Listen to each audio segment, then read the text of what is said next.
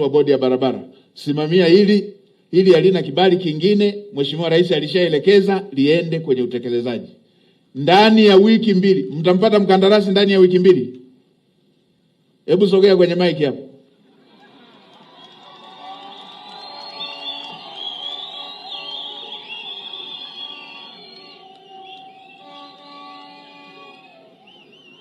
Hebu niambie, inachukua muda gani kupata mkandarasi? Mkuu, kwa kawaida kwa utangazaji wa hizi kazi zinachukua siku 7 kwa national competitive, halafu na usanifu almost itaweza kaza hata wiki 3 mkuu.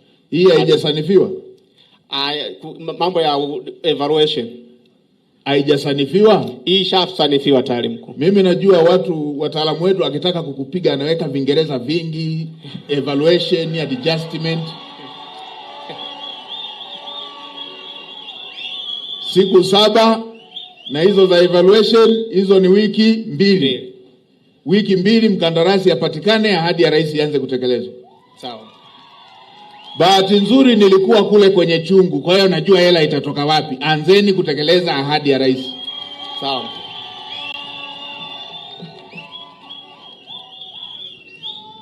Lakini pia kuna barabara hii nyingine hii ambayo inabeba uchumi mkubwa wa wilaya hii, mkoa huu na nchi yetu. Ni aibu magari yaliyobeba mzigo kukwama. Magari yamebeba mbao ya kwame, na miaka yote tunajua tunazalisha hapo mazao ya mbao, mazao ya viwandani. Sasa wewe na katibu tawala, Rasi uko wapi? Andikeni barua leo. Kwani kalamu haziandiki weekend? Sidaandika. Andikeni barua leo. Pelekeni Wizara ya Fedha. Sawa. Kupewa advance payment ya mradi ule ambao umeshakaa muda mrefu. Kazi yangu. Sawa. Barabara ile ikipitika tutapata fedha nyingi zaidi. Sawa. Andikeni, na hiyo nakala mtakayopeleka huko TANROADS makao makuu na mtakayopeleka Wizara ya Fedha, mpe nakala bubu katibu wangu. Sawa mkuu.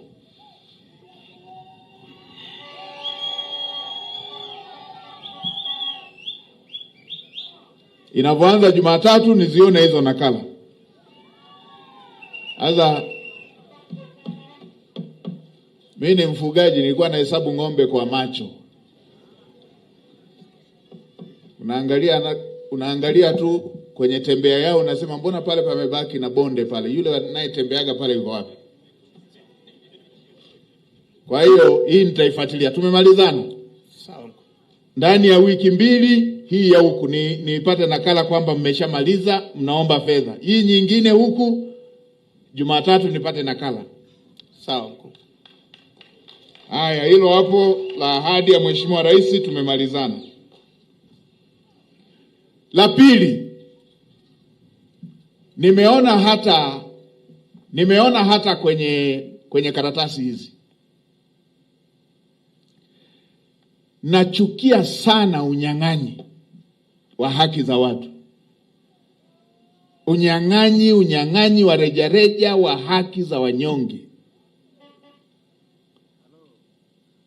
Hili nachukia. Unyang'anyi wa rejareja, kuzoea shida ya watu, akilia wewe unaona anaimba. Linaudhi. Sasa kwenye vyanzo vyangu nimeambiwa upo utaratibu, na wengine ni wa serikali, wengine wa sekta binafsi. Vijana wetu wanafanya kazi, halafu malipo yao hawapewi.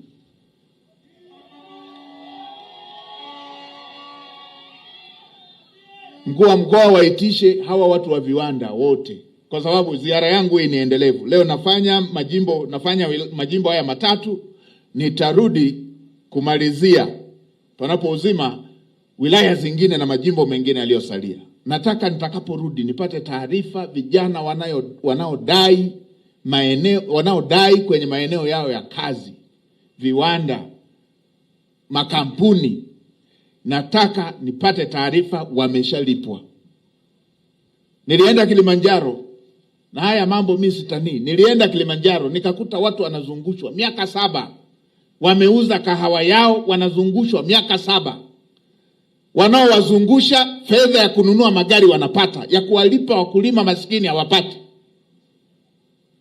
Wanaenda ofisini kila siku, fedha ya kuwalipa wanyonge ambao wamevuja jasho kuvuna yale mazao hawapati. Nikawaambia ndani ya mwezi mmoja wawe wamelipa hizo milioni 400.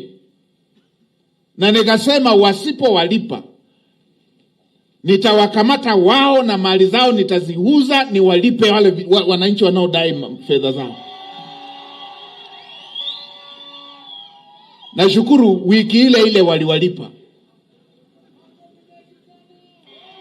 Maana yake wakati mwingine tunafanya makusudi. Sio kwamba hatuna uwezo, tunafanya makusudi. Sasa hapa nimeambiwa hii kampuni, nilikuwa nasoma hizi ambazo ndugu zetu wameleta hapa.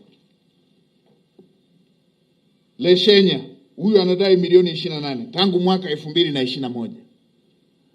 Kampuni kubwa inayoishi unadaiwaje milioni 28 na Mtanzania wa kawaida tangu mwaka 21?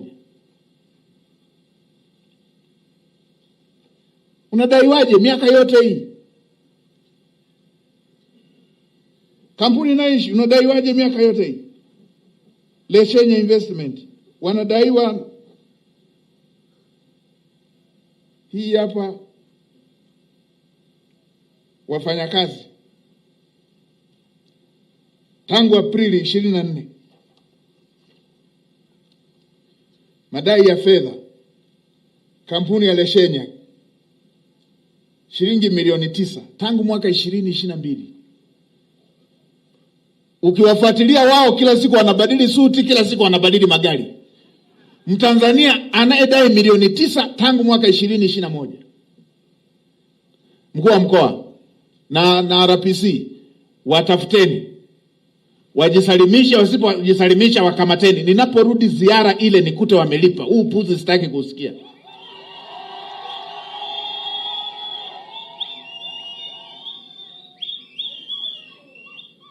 Leshenya tangu mwaka 21 tulifanya biashara nao. Kwa usalama wa walio nipa hii taarifa, ninayo majina hapa na simu, sitazitaja kwa sasa hivi. Mkuu wa mkoa, nitakukabidhi haya majina na hawa watu watafute. Ninavorudi ile ziara ile, hii nataka kukuta imelipwa. Nikute hawajalipa ili tupimane ubavu.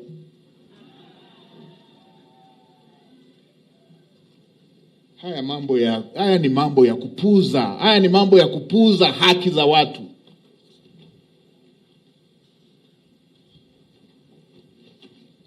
Haya, Ibantu Group tunadai halmashauri ya wilaya ya Mfindi tulifiatua tofali 15,000 mwaka 2022. Mkurugenzi yuko wapi? Hebu sogea kwenye maiki. Hizi tofali mlipokea mkupokea?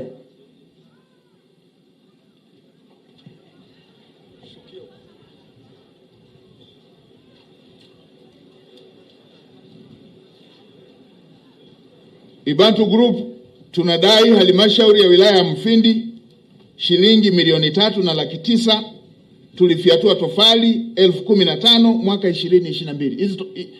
Hii tofali mlipokea mkupokea? Mheshimiwa Waziri Mkuu, ni kweli kikundi tuliwapa kazi ya kufiatua tofali. Mlipokea tofali hizo? Tofali walianza kufiatua, kabla hajamaliza walifanya ubadhirifu wa kuiba simenti, mwenyekiti na wasaidizi wake wakikimbia. Baada ya hapo hawakurudi tena.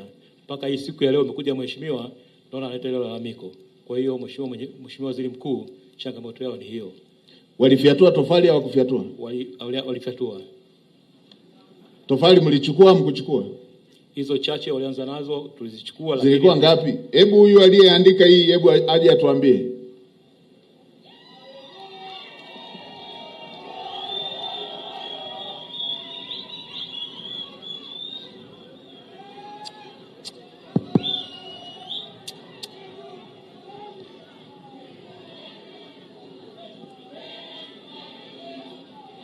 Hebu tuambie. Asante mheshimiwa.